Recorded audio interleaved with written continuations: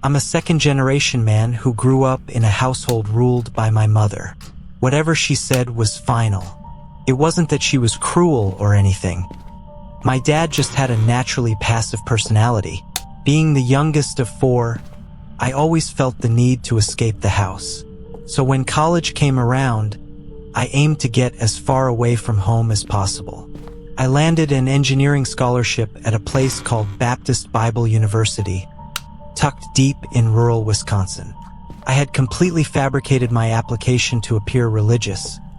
I'd always identified as an atheist, but being honest would have cost me the scholarship, and that scholarship covered almost $150,000 in tuition. Besides graduating, the best thing to come out of that place was meeting my now wife, Jessica. We ended up settling in a tiny town in Wisconsin. Population 350. Jessica has deep religious beliefs, and I suppose I've been lying to her about my own lack of faith for years now. She's the oldest of 5 kids, and since I was the youngest in my family, our personalities naturally fit. She tends to take the lead. Jessica found a small white Baptist church in town, built back in the 1890s. We go there every Sunday with about 60 others.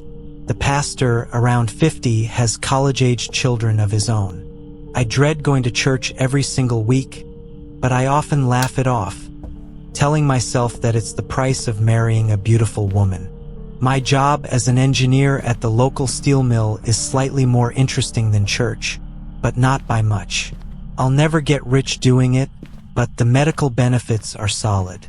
Life in our quiet town started feeling a bit stale, and Jessica, true to form, made some biblical reference about it being time to start a family.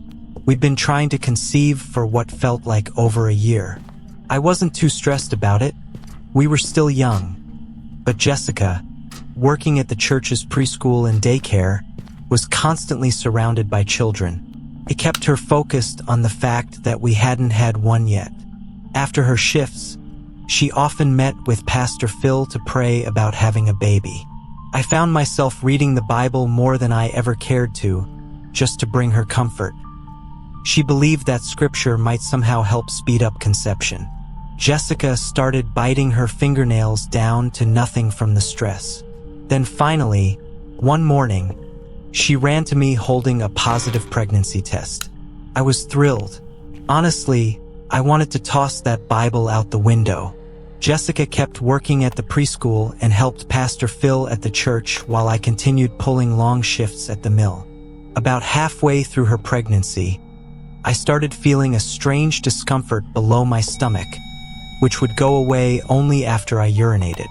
I brushed it off, figuring it had something to do with sympathy symptoms. I'd heard that first-time dads could gain weight or experience stress-related issues, so I ignored it. After 9 months and a week, Jessica went into labor. We were overjoyed to welcome a baby girl. We named her Lily. 2 days later, we brought Lily home to our single-story, 2-bedroom ranch house. Everything was ready: the crib, clothes, supplies. Jessica took Lily with her to the preschool, and after 3 months, things seemed perfect. Lily was healthy. Jessica was happy. But I still had that nagging discomfort, so I went to a urologist. After several tests, the doctor told me I had a condition called benign prostatic hyperplasia, or BPH. More shockingly, he said I had non-functional testes, meaning I produced no sperm. I had never been capable of having biological children. I stared at him, stunned. "You do know I have a daughter, right?" He looked at me with tired eyes. "You were born with this condition. You were never going to be able to father children." Then came the half-hearted line, "If there's anything I can do, let the nurse know." I left the office feeling like my entire world had collapsed. I had bonded deeply with Lily. I drove out into the countryside and called my dad. That's when he told me that he and my mom had always known. As a kid, they'd secretly given me testosterone treatments. They didn't want me to feel different. "What about Lily?" I asked. His response, "We're just happy you got your miracle." But I wasn't naive. In a town this small, it could have been anyone. a migrant worker, a church father, Pastor Phil, or someone else entirely. I went down a rabbit hole online, Quora, Reddit, looking for guys in the same situation. One comment stuck with me. You were never going to have your own kids anyway. So what does it matter if she used a sperm donor or hooked up with some random guy? There was a bitter truth in that. I figured I'd never be able to give Jessica or any woman a biological child. So maybe it was best to just keep quiet and follow my dad's path. Keep the peace. I picked up my medication for BPH and went home. Told Jessica everything was fine. Hugged Lily because she was my daughter. I remembered I had blonde hair as a child, and so did Lily. Jessica's blonde too, so it never crossed my mind to question it. Until now. Still, I chose to accept that she might not be mine biologically and move forward. The stomach pains eased. Jessica was promoted to manager of the preschool. We became the only people in a 100-mile radius to own a Tesla. Jessica was good with money. She managed the bills. We were ordering takeout often and planning fancy vacations. Life seemed good. One evening, she asked if I wanted another baby. I said, sure, why not? I knew my part in the process was basically irrelevant. Jessica got pregnant much faster this time. I couldn't help but wonder if she'd already been pregnant before she asked me. Still, I had no reason to think she was being unfaithful beyond the childbearing issue. As Lily got older, her features darkened, darker skin and hair, which made me think Pastor Phil, with his ghostly blonde-white hair, likely wasn't the father. 9 months later, our second daughter, Emma, was born. She looked just like Lily had as a newborn. I found myself playing mental games. Who's the real father? But by then, it was more amusing than upsetting. Emma and Lily looked so alike that I was sure they shared the same biological dad. Jessica, being 100% Irish, has very light skin and hair, which both kids had as babies. As Lily grew, her genetic traits changed, probably from the father's side. Just as we were enjoying family trips and our new house, the stomach pains returned worse than ever. I missed work. One night, Jessica came home from the preschool carrying baby Emma, now 5 months old, while Lily ran through the door.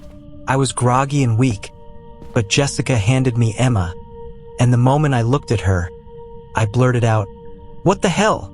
She shot me a look. "Excuse me? This isn't Emma. What the hell is going on?" "This is the same thing that happened with Lily." Jessica's expression turned cold.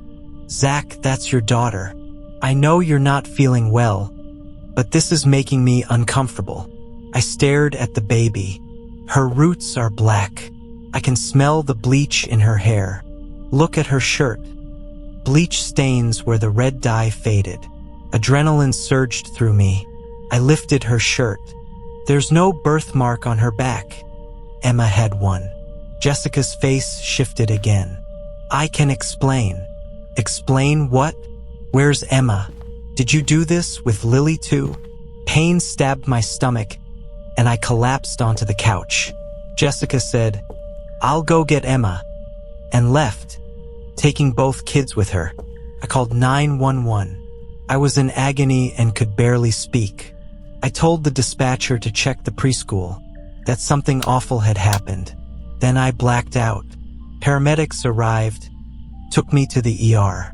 The doctor said I'd been poisoned antifreeze over several days. They suspected it was intentional.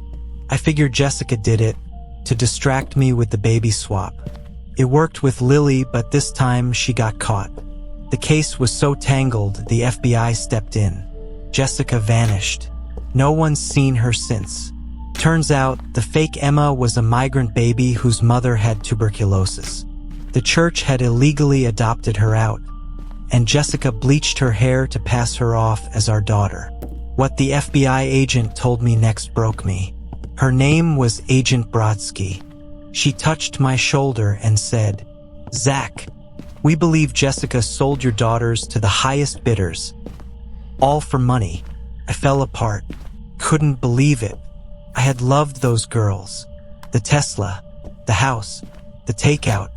It had all been funded by selling Lily and Emma.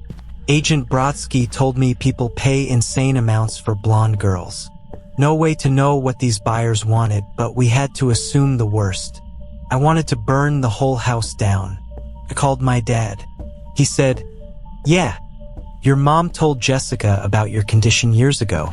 I'm surprised your mom never told you. She tells everyone everything. Jessica had chosen me knowing I couldn't father kids.